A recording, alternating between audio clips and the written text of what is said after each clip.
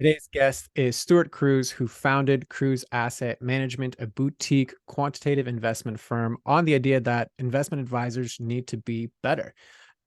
We should basically be striving to be able to level up the playing field versus just the institutions of Wall Street. And in that, we should be able to add value, and advisors should be able to pay for themselves. These are the sentiments that Stuart brings to the conversation today and with his asset management firm. So, Stuart, thank you very much for being on. How are you doing today? I'm doing great. Thanks for having me on the show. Looking forward to it. You're very welcome. And actually, I have to say, you are the first investment advisor that is on the show. I can imagine this type of environment or this type of vulnerability isn't exactly the utmost priority for like the stereotypical investment advisor, Wall Street person. So it's good to be number one. So I just want to commend Yeah. you, A, for that. And B, I'd love to know more about your story with regards to like how you got to doing what you're doing and ultimately what brings you here. Um, wow, it's a long path. I got some gray hairs in there, so it took me a while to get to where I'm at. But starting with the investment advisory work, some friends and I back in the late 90s during the dot-com craze, we took a real estate investment trust of golf courses public. And everybody, of course, wanted .com, and we were owning a REIT that was paying 6%. So it kind of imploded on itself. And then ultimately we said, well, what do we want to do? And I looked around and I was leaning towards finance and looked at venture capital and looked at derivatives trading and looked at private equity sales. And I thought investment management was a good avenue to kind of get a little bit of a taste of everything in that. So when we're working with clients or high level clients, we get to help them buy and sell businesses. We get to plan for their future. We get a lot of different activities associated with it. So I got my desk back in the late 90s, and then the financial crisis happened, and we had 3 down years where I'm trying to build up my financial advisory service business in 3 down years. And so I made it through that. And then in 2007, decided to open up my own firm. And of course, the financial crisis hit 2007, 2008. So I was trying to build up my own company in the worst financial crisis in 50 years. So had a couple of these go through when I'm going through transitions. And now I've been in business since, as I said, '07. So 15 years and continue to grow. Probably asked me why I was on the show a little bit. I've probably stalled to some extent. And I grew super fast. And I think throughout history, I've done this in other careers who have grown really fast and hit a plateau. I'm kind of at a plateau where I'm at right now. And so that's what your show kind of intrigued me about that. Maybe we can Okay, get by this awesome. plateau. So, well, first and foremost, I mean, I think it's pretty cool that, like if you start something in the least opportune time and you grind through it and you come out on the other side successful, right? Like starting investment firm in the, like you said, lowest um like environment for that in that time, I think is super commendable. And I think lays testament to the depth of experience you bring to everything that you do, right? It's kind of like, yeah, it's not just theoretical. It's like I've been in the trenches and I know what's going on. So I'm excited to dive into all of that. Second thing, so you mentioned there's a general pattern of things go really well, things go like really fast, and then at some point that then they stall out. So I'm just curious, is this a pattern that has repeated itself many times in different instances, or it only repeats itself at work? Like, just tell me a little bit more about that. Yeah, I can see that it has happened where, looking back through some careers where I know that, just for example, many years ago, even decades ago, I was in a transition space and I was doing work, and I was actually putting computer consultants to work in various areas in Chicago. That's where we're from Chicago. And so I was just going out to different companies and placing, consultants in their office space, and work. And I got to be one of the top executives in the branch very quickly, and then just leveled out.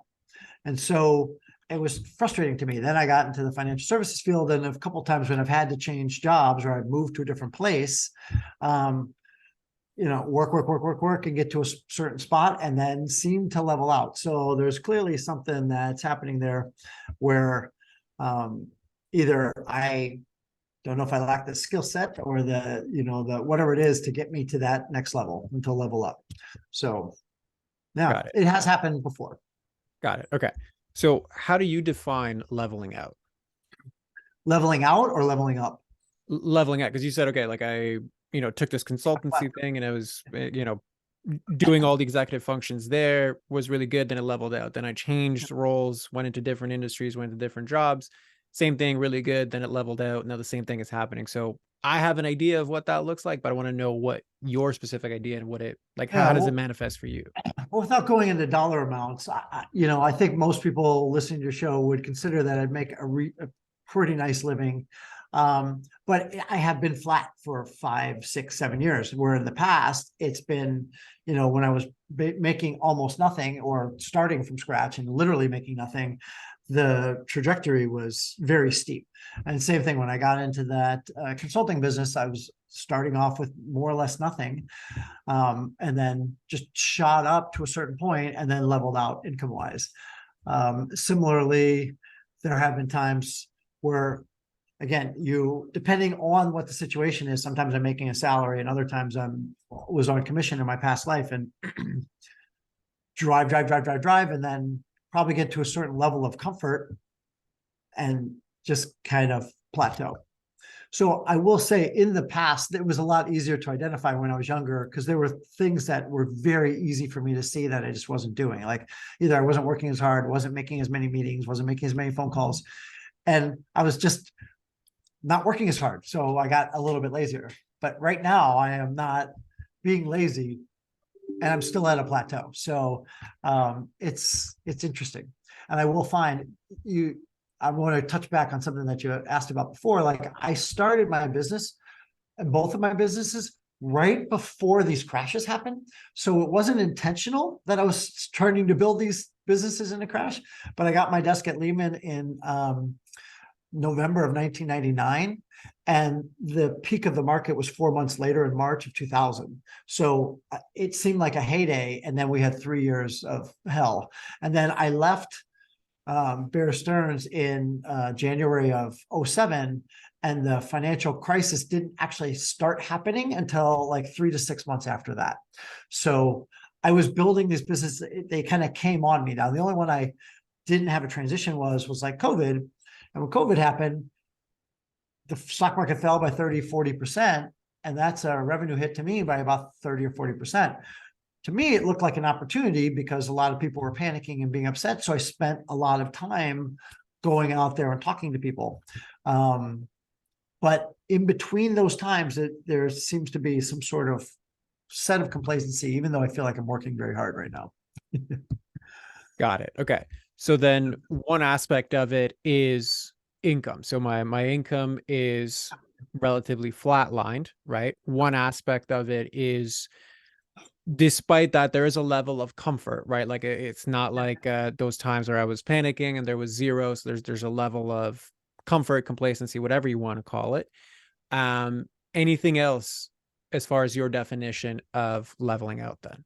Well, I think, you could get into the whole definition of work-life balance and whatnot. And I think I do a reasonably good job of that. And I've always, but perhaps when I was really working hard, I was neglecting a big portion of that. So I have 4 kids and married, and I have other outside activities. I like to take good care of my health, and I like to, do other things. So it is perhaps that I just put everything to the side at the benefit of this job and getting to a particular level of income. And then once I got to that level, I started bringing these other things back in. So that's definitely a possibility. But I do feel like I'm kind of at a plateau everywhere. Yeah. Okay. So, and I'm just gonna like review for my own confirmation, right? So before, whether it was inspired by circumstances and like the need of those circumstances, like I should have to work hard I had to put other responsibilities and priorities on the side because like I just needed to go make this happen. That was reflected in the growth as far as income is concerned. That became comfortable. So I started reallocating some of my attention and resources towards my other responsibilities and the other things that are important to me in my life. And then as a result, the income leveled out. So would that be accurate as far as what you're describing? Exactly. So that's my perception of what happened. And again, my also perception is, you with the coaching on side will say, hey, maybe that's not that accurate of what really happened, but that's my perception, or at least my rationalization. So I'm able to still live at a very comfortable level. But these other things that are also very important to me, I need to prioritize. And so I'm okay with not growing anymore. So maybe that's in my headspace right now. Okay. So actually that leads into what I was going to ask you next, which is why is this a problem for you? Yeah, I feel like I'm not living up to my potential.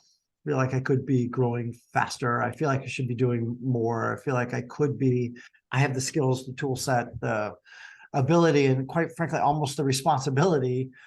I mean, really, how I look at this industry of financial asset management, I mean, honestly, I think a lot of the advisors there are some great ones out there, but there are a lot of really bad ones and not qualified ones out there. Um, so I feel like it's my responsibility to do more in that space and to do better.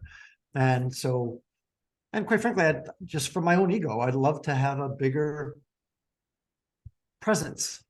So yeah, I would want to continue to do that. And I'm in my mid 50s right now, and I've hit my peak.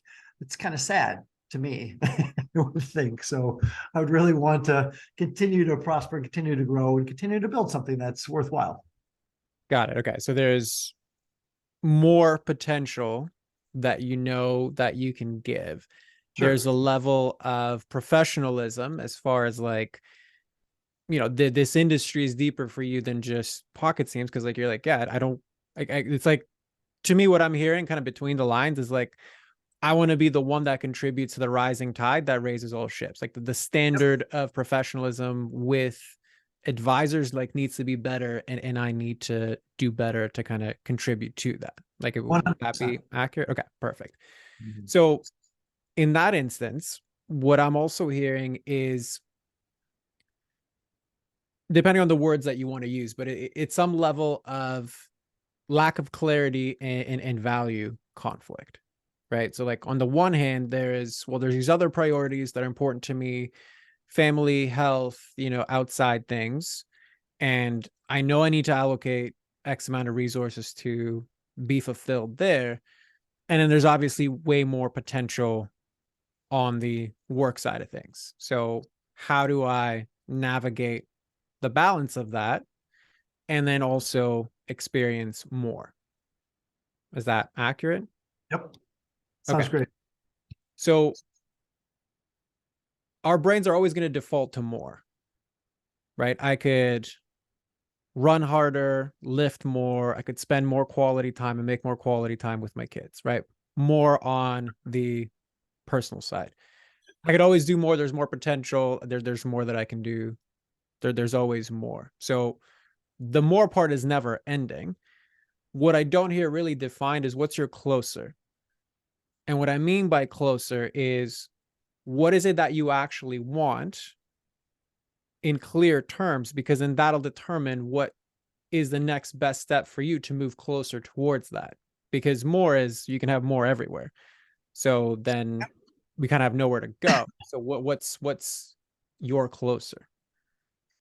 Closer. So I don't know if I have this concept right, but do I have a clearly defined goal? So in our business, we look at assets under management. So if you have how many assets under management you have, and if we're sitting at, let's say, I'm sitting roughly around, we'll call it $70 million, right? So I'm managing $70 million, doing fine. My next level up would be 100 million. That's a good level to have. So I'm managing $100 million. And then, of course, if I wanted to continue going on, you would have these different levels. I am somewhat frustrated because I know of people managing in the billions that don't have the same skill set that I have. And that's frustrating to me. And I think we can do better. We can do better than those people managing billions of dollars, be better for the people that are being managed by those other people, and level up our industry as well along the way. So how do we get there? Okay. So stepping stone. So here I'm at a low stepping stone of 70 million. Again, making a reasonable amount of money, but I need to get to 100 million. And I've been stuck at this kind of level for years now. I was on this nice trajectory, and now I'm kind of just flatlined. Got it. So you mentioned, okay, there's people managing billions that have a lower skill set than I do, right? So what does that mean about you? To me, it feels like that means I'm not living up to my potential. Okay, so how so? Um, well, I guess if that person can be managing, let's just go with $1 billion, and I put all this work into it, and there's a whole slew of people out there that need better advice, and I am here knowing I could give those people better advice, then I feel like I'm doing myself a disservice, I'm doing them a disservice, I'm doing my family a disservice, I'm doing the industry a disservice by not leveling everything up. Okay. So other people managing more and me having a bigger skill set to be able to manage more means I'm doing a disservice to the world in some way. Yes. Okay.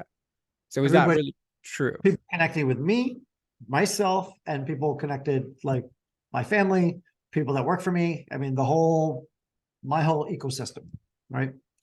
Okay. So is that really true? Is it true? Yeah. I, if I think I can do a better job than them and they are managing 150x times what I'm managing, so I would say yes, it is really true. With those people, those clients of that billion-dollar manager, I think it's true. I don't know. That's my job to show them that it is, because they actually, in theory, are happy and don't know. Right. And But I that's actually have the skill set to determine whether I am a better money manager than this other person. That's a little bit of the irony of this whole thing. People that come to advisors to have them manage their money, usually, quite often, more often than not, in my experience, the reason why they're hiring a portfolio manager is because they don't feel comfortable managing their own assets, or they need something, they need to spend time doing something else. Like, I have an engineering degree. I, in theory, know how a car works, but I can't evaluate one mechanic versus another mechanic. I just don't have the skill set. I don't have the knowledge to understand. So if I went and tried to choose between the two, I would not know how to pick between those two people. It has nothing to do with my intellect. I just don't have the skill set to evaluate them, nor do most of our clients have the skill set to evaluate us. And so I do believe that a lot of these people are being underserved by being with large banks and big brokerage firms, because they just don't understand what the differences are. right. So it's a base knowledge disconnect, right? Like the people, as experts, we have the skill set and the knowledge that Right. the people that we serve don't. So you have a different perspective with which to view this. So I understand the frustration of like, well, I know where you're going, but like you're making a mistake, but I can't prove to you that you're making a mistake. So it's like this whole loop, and I understand that. 100%. The reason that I ask this line of questioning is like where your brain goes to when I ask them is towards the externals, right? Like we started this line of questioning by basically saying, okay, well, what is my vision? Like, what is Stuart's vision of all of this? Like, what is it that you truly want to move towards, right? Where your brain goes to when you begin to explore that question is really around the externals, right? It's basically a should, right? I have a better skill set. I should be further ahead than that. Look at all the other people. Why are they going there? What's wrong that this external circumstance isn't going there? And that might all be true. Like they might actually be factually true, that you could provide data that, like, yes, I have a better skill set and it's factual. Why I'm asking you these questions is, at the end of the day, you're not at peace with regards to where you're at. And I'm not even saying like be at peace and be complacent. Not at all. You could be at peace and still be very ambitious, right? There is a level of comparison in what you're doing that skirts around, okay, well, what is it truly that I want?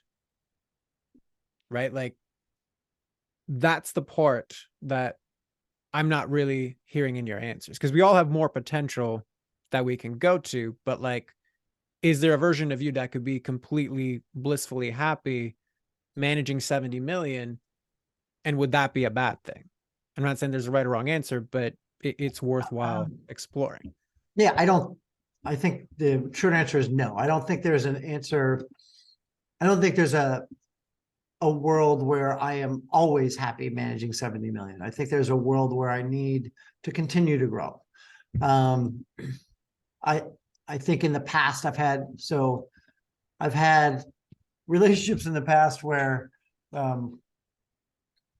my nickname was Flatline, right? So I've had a girlfriend call me Flatline. So hey, I'm super excited. This is me super excited. This is me losing a gigantic client. Like, I have no emotional ups and downs. So if I just got a huge client, I celebrate for like the 15 minutes and then I move on. And if I just lost something, I'm like, oh, that sucks. Okay, move on. But I'm always wanting to progress. And I think that's part of the human condition and part of human nature. So yeah, that's why I was a little torn on yes, there's always more. And I get that in some level you should, and I try to be appreciative of where I'm at. And I try to do that every day, literally take time out of my day every day to be appreciative of what I have and where I'm at. But I do think that unless you're growing as a person, then I think on some level you could be dissatisfied. That doesn't mean that you're unhappy with where you're at right now, but I do believe that you should have aspirations to grow on some level, on something. And if you're not, then I think that's kind of a sad thing. And I don't really want to be in that place at this point in my life. So I do want to continue to grow. But you're asking for very specific things. So I have goals. I just don't know how to, I guess I don't know how to articulate what else that the reasons behind the growth other than that. Got it. Yeah. And actually 110%, I agree with you, right? I fully support the growth. I think that that's a beautiful thing. This was more just getting the lay of the land. So have you ever read The Big Leap or familiar with the upper limit problem? No.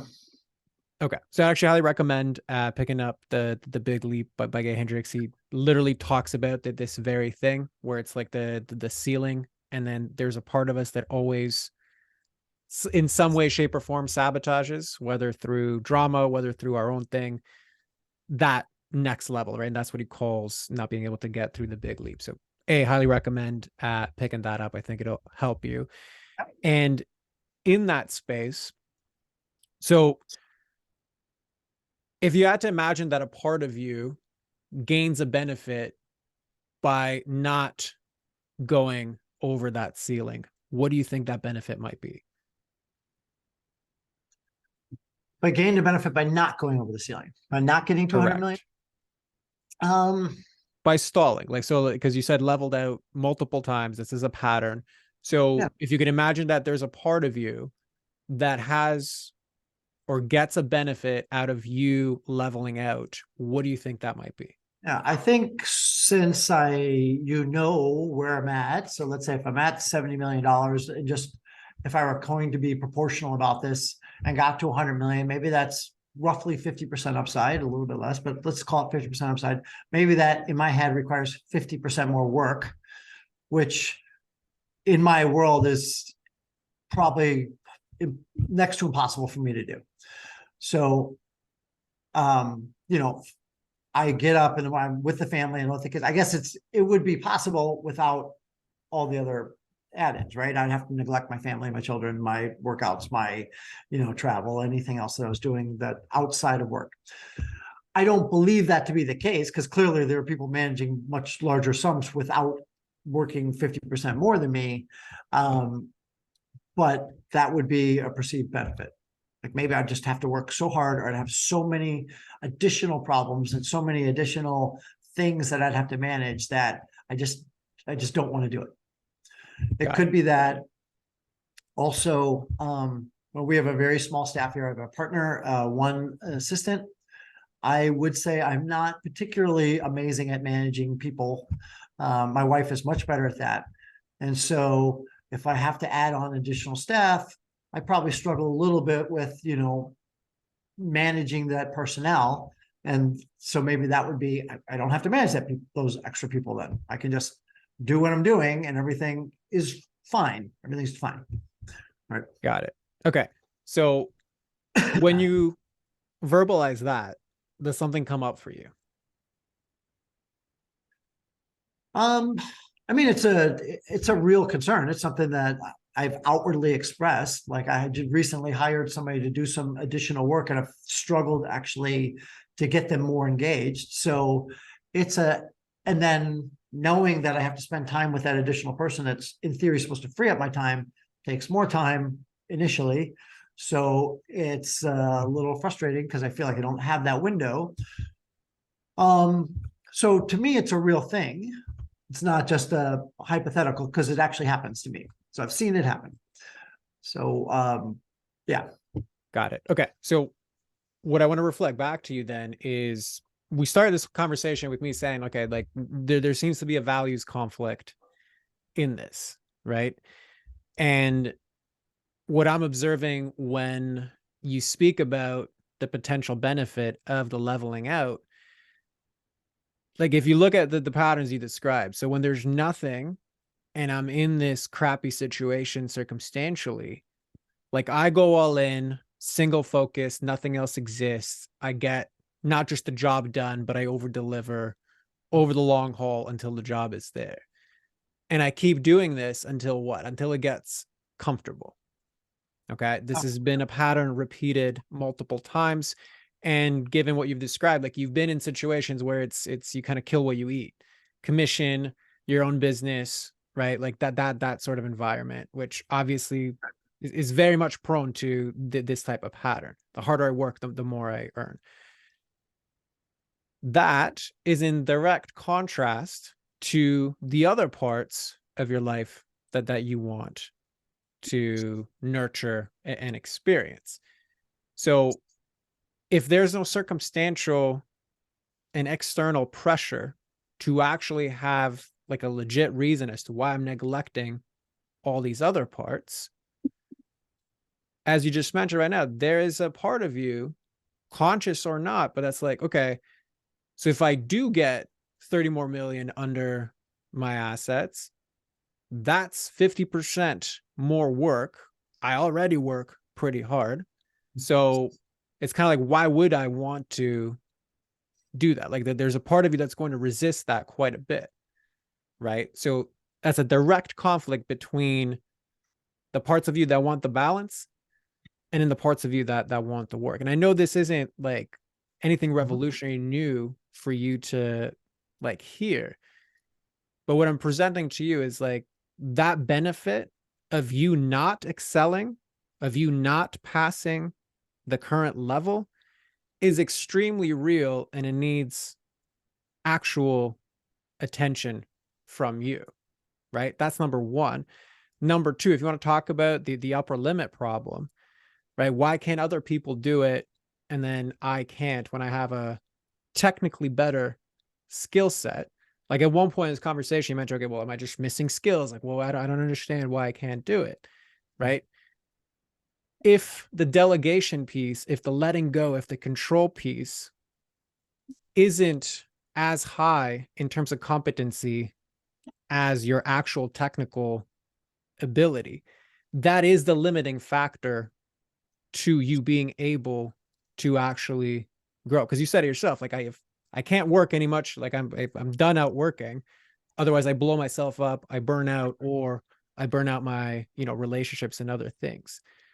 So really, you're in a situation where there's a part of you that doesn't want to work more because it means negating certain values. And there's another part of you that either is missing the skill set or has more work to do to like let go, delegate, whatever the control pieces are of that, to free up your capacity to be able to handle and hold 50% more assets. So I know I threw a lot your way. What lands for you?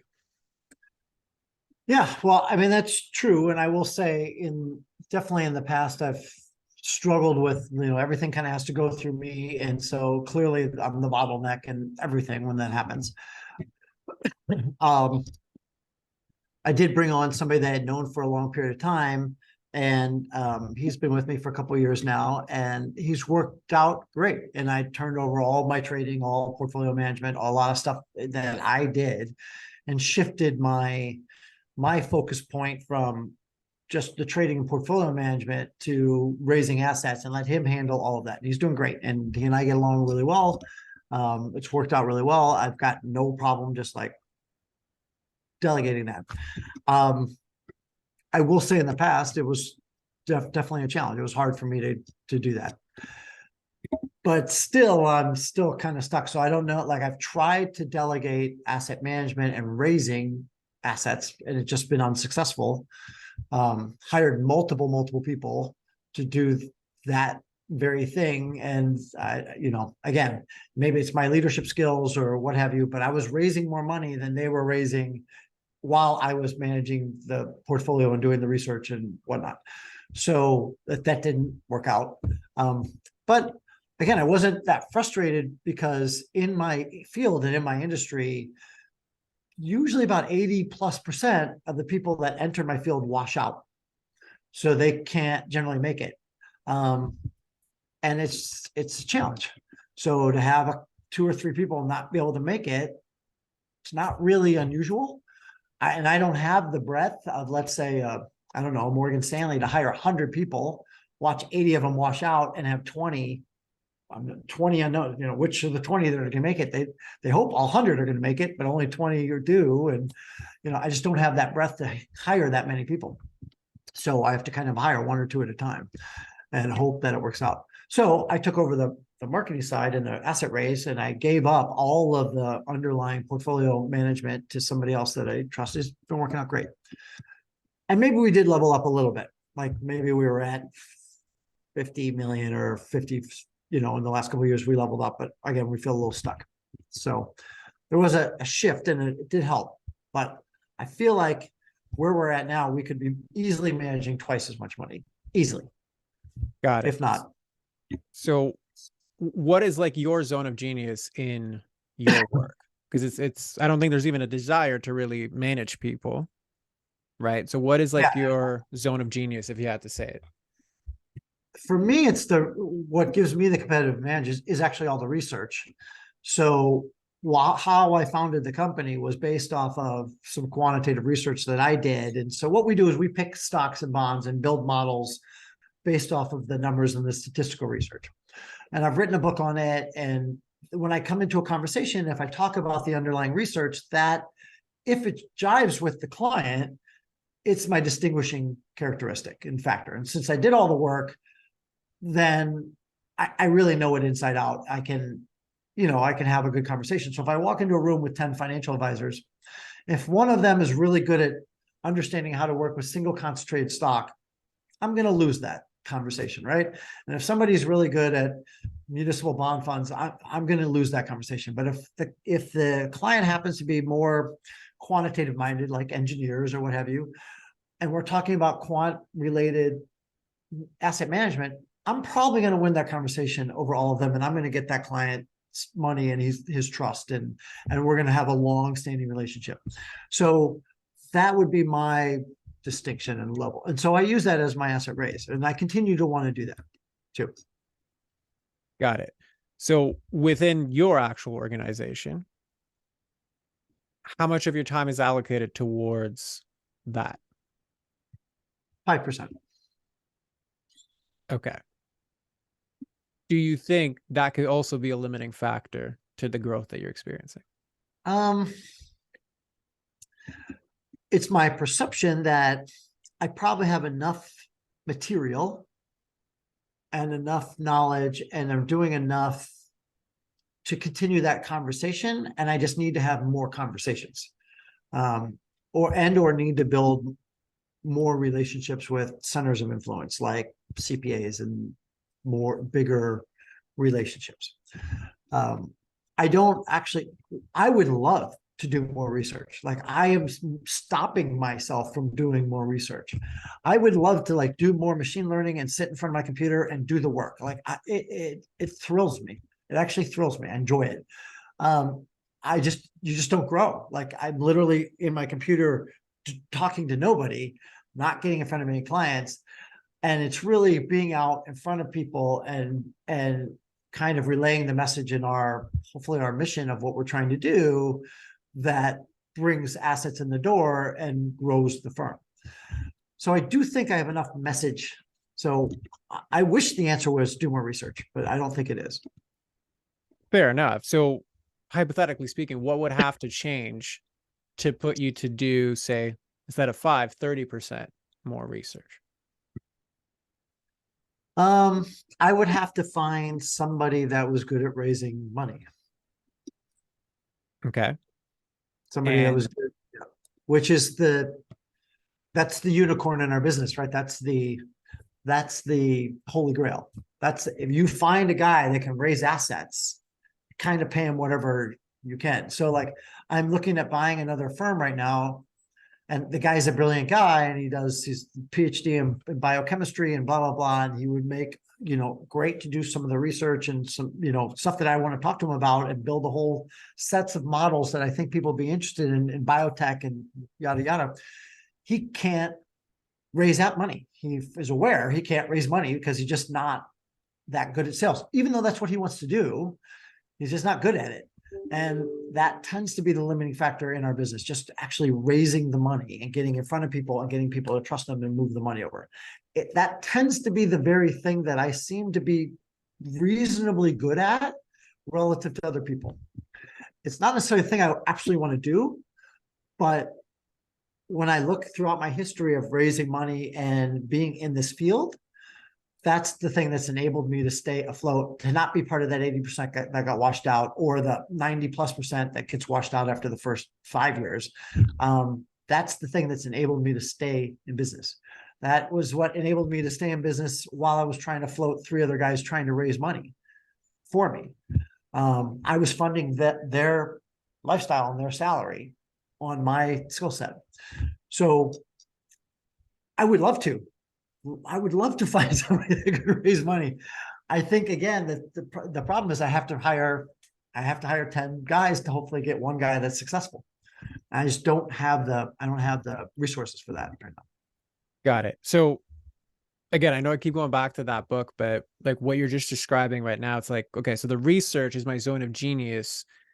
The raising of the money and being able to grind that out, that's a zone of excellence. Right. And that's really the distinguishing factor he describes there, where it's like we oftentimes get stuck out of dependency, whether it be dependencies of other people's or our own, to stay in our zone of excellence, neglecting not just the fulfillment, but the actual growth that can come from being in our zone of genius. And obviously, I don't have the answer for you. The answer lies within you. These are merely invitations for you to consider looking into, like, okay, there's a part of you, yes, that wants to grow. And I can see the deep desire for that. And I think there's a lot that wants to emerge from that. And I think it's a beautiful thing. I think the question for you is more, what do I need to let go of in order for that to happen? And how can I clearly define the closer that will get me there? Because one potential thing that from the outside looking in emerged in this conversation, and yes, I know you're looking for a unicorn. Everybody always wants good salespeople that's uniform throughout. But it's like one potential way to not just get me to do the thing that I'm most passionate about, but also be in a position of biggest growth is, well, spending more time in like the talent development pool, right? And again, I'm not saying that's going to be the answer, but these are just invitations and doors for you to look at and to begin to explore, okay, well, where am I not actually looking? Because right now I have a pattern of doing the same thing in different contexts and then kind of getting a very similar result. So what is the thing that I'm not looking? What is the thing that I'm uncomfortable doing? What is the thing that feels maybe more risky, whether that be emotionally or mentally, that I might actually be resisting? So anything that comes out for you from that? I mean, I thought I thought about trying to hire or looking for those 5, 10 people and just say almost like when I was hired at Bear Stearns, I was on a draw and I was basically getting paid almost nothing. And I worked my ass off until I got paid something. Um, and that helped me kind of establish myself in the business. So I was wondering if at some point, and that would be super uncomfortable for me because I'd be managing 10 people, right? Something I do not want to be doing necessarily, but managing 10 people to try to find that unicorn, that salesperson that can actually make it happen in this field and make it work. And is there a So, possibility to hire out for that? Like to one have person's responsible for making the, finding and filtering through who's like maybe not the unicorn, but like your unicorn. I honestly hadn't even thought about that. I just assumed it was me. Just, And that's kind of where I'm getting at, right? It's those inheritance because it's like I spend 5% of my time in my zone of genius. I generally don't like managing people, yet the inherent assumption I'm doing is I have to manage people because that's the part that's going to move me forward. How can I manage more people, balance my life, and still grow? yeah, It's like, well, maybe that's the part that you need to let go of. Like, what would happen if somebody else could free up 25% of your time to focus on research while their sole outcome is find me a sales superstar? Like, find me a young version of you who's willing to grind it out to be, your, like, for you to mentor them so that they can be where you are in 10, 20, 30 years, right? Like that kind of, and again, I know I'm just spitballing things out there, but like, is that a possibility if you're not always looking in the same direction? yeah, yeah. For sure. It's kind of funny that I just, I guess you just took it one extra level. Like my level was, hey, how do I hire the salesperson? And it's how do I hire this salesperson? Where you're like, well, you don't clearly want to hire the salesperson and mentor them and like have them, but so maybe you hire that. Okay. Literally, and never occurred to me, even though there's that, probably you've heard this book, Who Not How, right? Yeah. So that's something I have tried to focus on, but it's just so hard because everything I think about goes through me. Like, it's how am I going to get this done? How is that going to happen? How can I do this? How can I get that? Yeah. And trying to shift to who. And I literally think about it all the time, but Yeah. clearly And I think it's a perfect this one example, level. right? Because you're basically like, if we rewind back this conversation, like you're basically asking, how can I be as much of an expert in all fields of management as I am in research?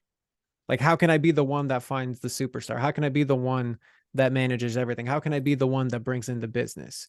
Right. Like, it's not surprising that a part of you's like, listen, I don't want 50% more work. This is already enough. I want this other part. You know what I mean? So it's like that's the cap, right? That subconscious stuff is like, it's quite powerful and it's quite crafty in how it gets us to like not do things. So Yep. that's why I was asking, okay, well, what's the benefit that you get? So not only is it 50% more work, but it's 50% more work in the areas that you don't even want to be spending time in. Right. Right. There's a very big inherent incentive to like not get you to do this. So yeah, changing the perspective, like, well, who can replace the things higher level that I don't want to do might be the leverage point that may not pay off in the next quarter, but will pay off quite a bit Right. later, right? It's like the one step back to take two steps forward bit. So Yeah. I There's definitely an aha moment. It's pretty funny that, again, as you said, you're a little bit too close to, way too close to us to see what I need to do. Yeah, Yep. that's usually the case. So I'm glad we were able to get there and right on time because I actually do have a hard stop at the end of the hour. So why don't you then summarize in your own words what kind of your biggest takeaways were from this conversation? I'll say the biggest takeaway is what we were just talking about. It's, and I'm definitely going to read your book, The Big Leap, but for me, it was like the who, not how. Not how can I do this? Who can I get to do this thing that I need to get done to help me get to the next level? And I did hire, as I said, I hired somebody to handle all the trading and whatnot, and that actually worked out really well for me. I had, for a while, I was my own assistant. Of course, I hired an assistant to help with that, and that's worked out well. So I was stuck with how do I hire how do I hire a salesperson? And maybe it shouldn't be me hiring the salesperson. It should be I hire somebody to figure out that problem. Or even one of the people that are working for me right now, I could have them figure out that problem. Yeah, but you see what I mean? Like now you have a closer situation. Now it's like, okay, if the vision that I really want and when I'm clear and I know what I want is to hire somebody who can find me the superstar, Yeah. now it narrows the possibility. Now it's not I'm chasing more, right? I want more time with my family. I want more assets. And like I'm under my potential. Like it's a very stressful, semi-hopeless type of perspective. Whereas now, okay, so what's going to get me closer to finding this person? Do I hire a headhunter who's going to do the work? Do I hire internally? Okay, so now it's like, like there's actual options for you to like make moves on. And I have So, hired a headhunter in the past to try and look for other businesses to buy, which I had tried to do myself again. I tried to like make the phone calls and I was like, okay, it's just too much. I can't do it. It's overwhelming and I'm not getting anywhere. So I did hire a headhunter and I've had some marginal success as far as like introducing me to people, but right. So again, I know we're me short hiring a on time, headhunter. but just again, the other through line that I want to like, it's again, me, I'm doing the thing, right? So Right. it's like if you're talking about, well, how do people have capacity to manage 1 billion where I have like the capacity and I'm at my wit's end to like handle 70? Yep. Well, yeah, we all have the same 24 hours, but then look at how those 24 hours are utilized, Yep. right? It's a for you, it's a capacity issue much more than an ability issue, right? And you can be as smart as you are and as brilliant as you are, but if you got to juggle 10 plates, then eventually one of those plates is going to fall. Versus if you're hyper focused on juggling the 1 to 2 that you're really good at, which is really that whole zone of genius conversation. I think that's really where the potential for the exponential things exists because everything's multiplicative. Whereas now it's very linear based off of your like capacity. 100%. I like it. Perfect. Well, thank you very much for diving into that. This was a different bit of conversation than I usually have, but I'm glad that it was That worked out. useful. So why don't you just close us off and let everybody know where to find you, who's the best person to find you. Floor is yours for that. I don't know. Probably the best way is I'm on LinkedIn, of course, at LinkedIn at cruseam.com. I have a YouTube channel that's actually Stu Kruse, STU, KRUSE. And you can email me at stuart@cruseam.com. Beautiful. Well, as always, we'll include those in the show notes. Stuart, thank you very much for being on, and for everybody else listening, we'll see you on the next one. Thanks for having me.